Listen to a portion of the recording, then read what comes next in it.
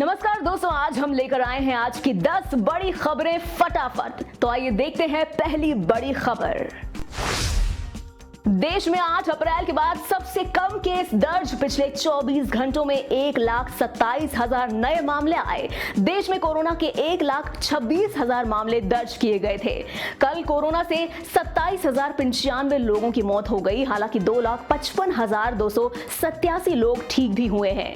देखिए देश में कोरोना के ताजा आंकड़े क्या हैं।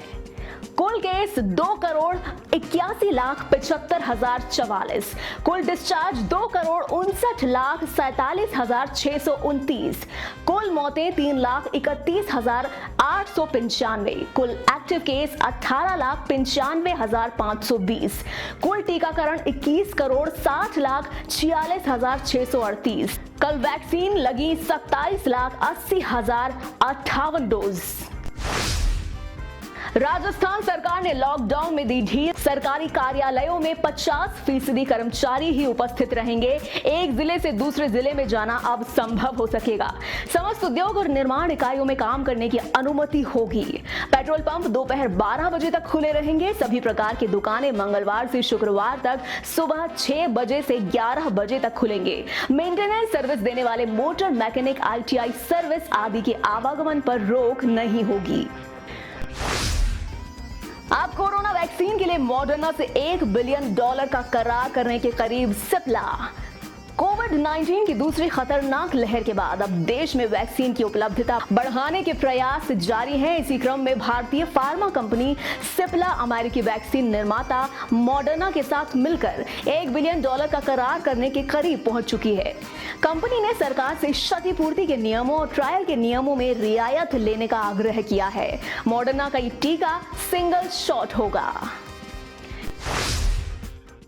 मेहुल चौकसी को लेकर गरमाई कैरेबियाई देशों की राजनीति। सरकार विपक्ष में तकरार। Punjab national bank scam case के आरोपी मेहुल चौकसी के कारण भारत की राजनीति में काफी भूचाल आया था। लेकिन हाल ही में एंटीगुआ से लेकर डोमिनिका में घटे घटनाक्रम ने कैरेबियाई देशों की राजनीति को गरमा दिया है।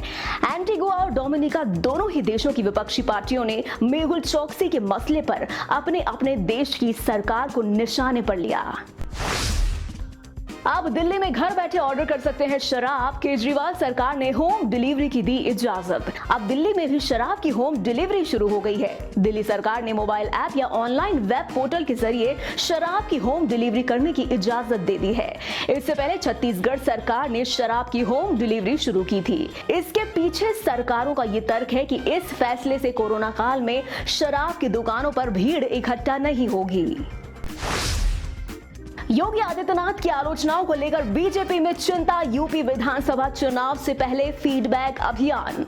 उत्तर प्रदेश में अगले साल होने वाले विधानसभा चुनावों से पहले राज्य में बीजेपी की बैठकों का सिलसिला तेज हो गया है।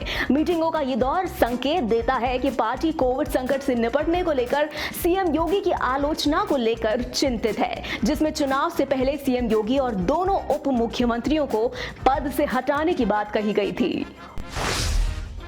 उत्तर भारत में बदला मौसम का मिजाज। थंडरस्टॉर्म के साथ बारिश से तापमान में गिरावट। उत्तर भारत समेत देश के कई हिस्सों में झमाझम बारिश हुई, जिसके बाद मौसम ने करवट बदल ली है। दिल्ली NCR में भी बीती रात हुई बारिश से तापमान में गिरावट आई है। कई इलाकों में आंधी के साथ आई बारिश से सड़कों पर पेड़ टूटकर गिर गए, जिसके कारण ट्रैफिक जाम जैसी स्थिति बन गई। ट्रेन में सफर के दौरान यदि की ये गलती तो 3 साल तक की होगी जेल। रेलवे ने दी चेतावनी। रेलवे ने ट्वीट कर कहा है कि ट्रेन में यात्रा के दौरान यात्री ज्वलनशील सामग्री न स्वयं लेकर चले और न ही किसी को ले जाने दे। ये एक दंडनीय अपराध है। ऐसा किए जाने पर कानूनी कार्रवाई के साथ साथ जेल भी हो सकती है। रेल अधिनियम 1979 की धारा 164 के अंतर्गत दंडनीय अपराध है, जिसके लिए पकड़े गए व्यक्ति को 3 वर्ष की कैद या 1000 का जुर्माना या फिर दोनों सजाएं हो सकती हैं। अयोध्या में मंदिर निर्माण के लिए बनाई जा रही 44 लेयर नींव 6 लेयर तैयार। ट्रस्ट के महासचिव बोले अगस्त तक पूरा हो जाएगा ये काम। अयोध्या में श्री राम जन्मभूमि पर भव्य मंदिर निर्माण के लिए बनाई जा रही नींव की पहली बार तस्वीरें सामने आई हैं। ताउते और यास तूफान के कारण हुई बारिश के चलते पिछले कुछ दिनों से काम बंद था, जो सोमवार को फिर से शुरू हो गया। श्री राम जन्मभूमि तीर्थ क्षेत्र ट्रस्ट के महासचिव चंपत राय सोमवार को कामकाज देखने के लिए मंदिर परिसर पहुंचे। उन्होंने बताया कि ये काम अगले अगस्त महीने तक पूरा हो जाएगा। अब चीन से होगा बर्ड फ्लू का विस्फोट। पहली बार इंसान में मिला वायरस का H1N3 स्ट्रेन। चीन में पहली बार इंसान में बर्ड फ्लू मिला है। 41 वर्षीय शख्स में बर्ड फ्लू का H1N3 स्ट्रेन पाया गया है। चीन के नेशनल हेल्थ कमीशन ने इसकी पुष्टि की है। यह शख्स चीन के झेंजियांग का रहने वाला है। NHC ने बताया कि बुखार और अन्य लक्षण दिखने के बाद इस शख्स को बीती 28 अप्रैल को अस्पताल में भर्ती कराया गया था। इसके एक महीने बाद यानी कि 28 मई को इस शख्स के शरीर में H1N3 स्ट्रेन पाए जाने की पुष्टि हुई है।